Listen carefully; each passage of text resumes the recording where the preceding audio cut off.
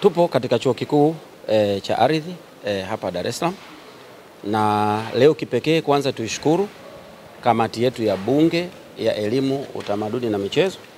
Nimepata fursa ya kuja kutembelea miradi yetu hii. Lakini kipekee tumshukuru sana Daktari Samia Suluhu Hassan, Rais wa Jamhuri ya Muungano wa Tanzania.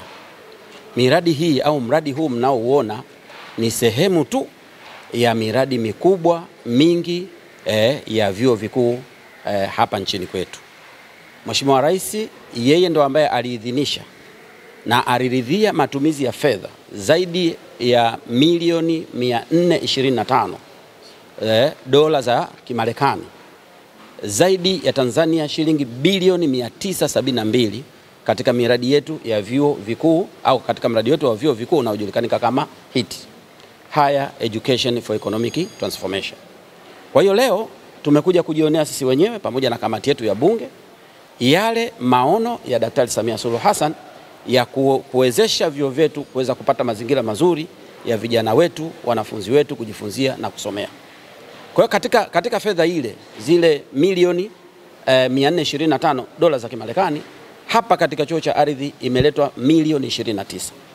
Katika ile milioni 29, milioni 22.5 ilikuwa ni kwa ajili ya ujenzi.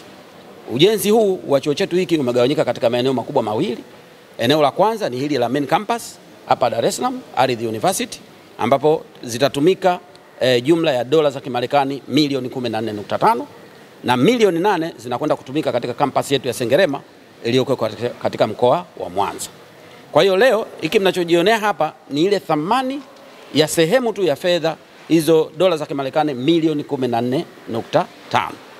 Kazi yetu au kazi hii leo ilipofikia kwa wastani imefikia 80%.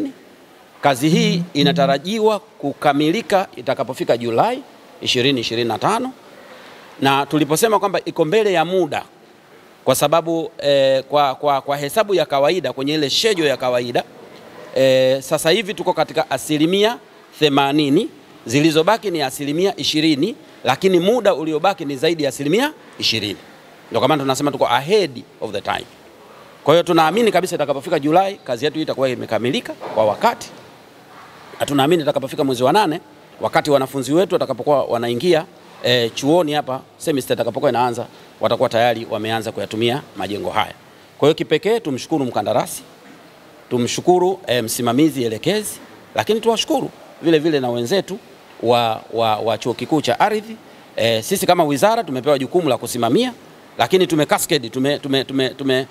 tumeshusha majukumu haya kwa chuo chenyewe kiweze kuratibu pamoja na kusimamia kwa karibu. Navyoona leo kamati imefika na imeridhishwa na utekelezaji wa mradi huu kutokana na coordination na communication baina ya wizara pamoja na chuo pamoja na watekelezaji wa mradi wetu kwa maana consultant pamoja na contractor. Kwa hiyo wote ni washukuru kwa usimamizi wa karibu, usimamizi mzuri, na sisi kama wizara tunamhakikishia Mheshimiwa Rais kwamba lile jukumu alilotupa la kusimamia fedha ile tunaisimamia vizuri ili kuhakikisha value for money, lakini kwa wakati miradi inakamilika ili ile tija inayokusudiwa iweze kupatikana. Tumedhamiria tunaboresha elimu yetu.